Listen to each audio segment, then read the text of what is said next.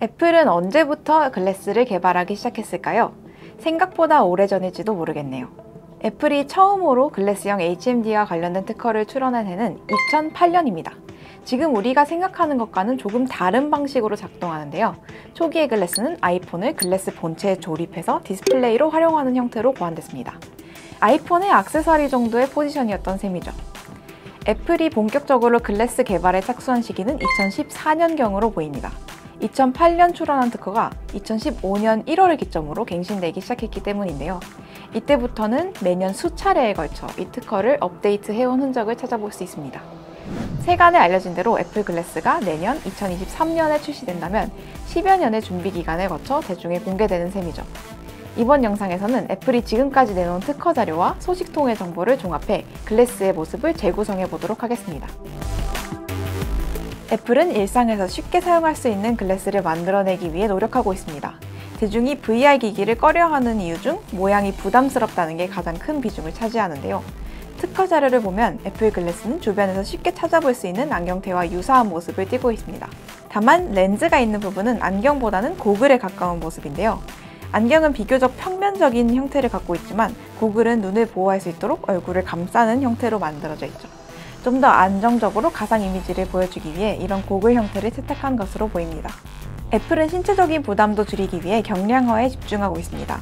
TF 인터내셔널의 거밍치 애널리스트는 애플 글래스의 무게는 150g 정도일 것이라고 말했습니다. 이대로라면 아이폰보다도 가벼운 기기가 되겠네요.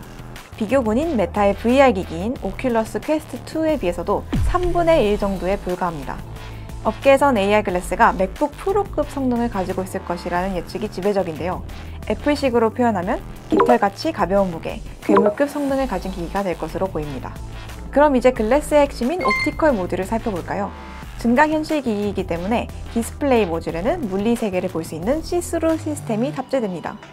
안경처럼 투명한 렌즈일 수도 있고 불투명한 디지털 렌즈일 수도 있다는 설명인데요. 애플 특허 중에는 일부 선글라스처럼 미러 렌즈 형태를 가진 불투명 디지털 렌즈가 포함되어 있습니다. 다만 애플이 어떤 디자인을 선택할지에 대해서는 아직 전해진 바가 없는데요. 이어질 내용에서 다시 한번 살펴보도록 하겠습니다. 무엇보다 이 디스플레이 모듈에서 집중해서 봐야 할 부분은 바로 카메라입니다. 글래스가 가상 이미지를 정확한 위치에 표시하려면 카메라를 통해 물리세계를 제대로 받아들여야 하기 때문인데요. 여기서 제대로라고 함은 장시간 사용해도 사용자에게 멀미나 피로감을 초래하지 않는 방식을 의미합니다. 영상으로 물리세계를 재현해 보여주는 글래스 중에는 카메라가 안구 옆쪽에 탑재되는 경우가 있습니다. 이 경우 인간이 받아들이는 이미지와 글래스가 받아들이는 이미지의 거리의 차이가 있기 때문에 공간감이 다르게 형성될 수 있습니다. 사용자가 피로감을 빠르게 느끼게 되는 구조인 거죠.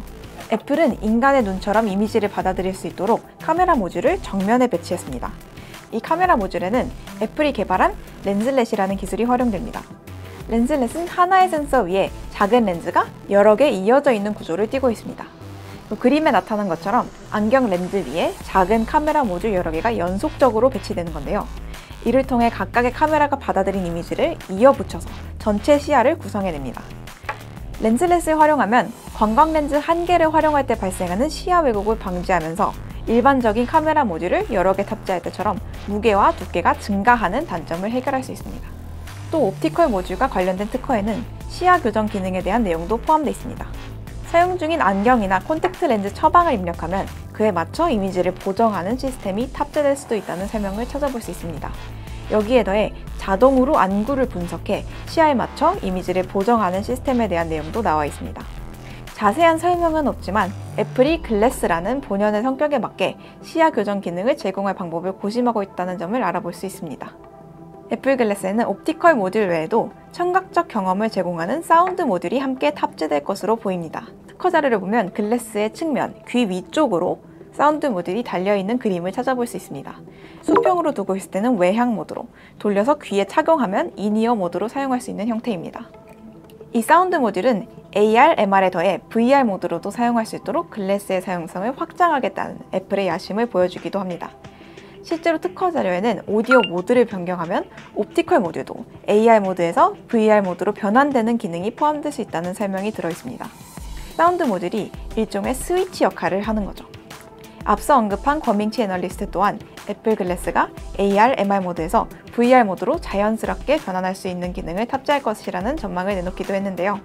이 전망이 사실이라면 옵티컬 모듈의 렌즈 또한 불투명 디지털 렌즈를 채택할 가능성도 꽤 높아 보입니다. 오늘은 이렇게 애플 글래스 하드웨어와 관련된 특허를 알아봤습니다. 특허를 통해 글래스에 대한 애플의 시각을 찾아볼 수 있었는데요.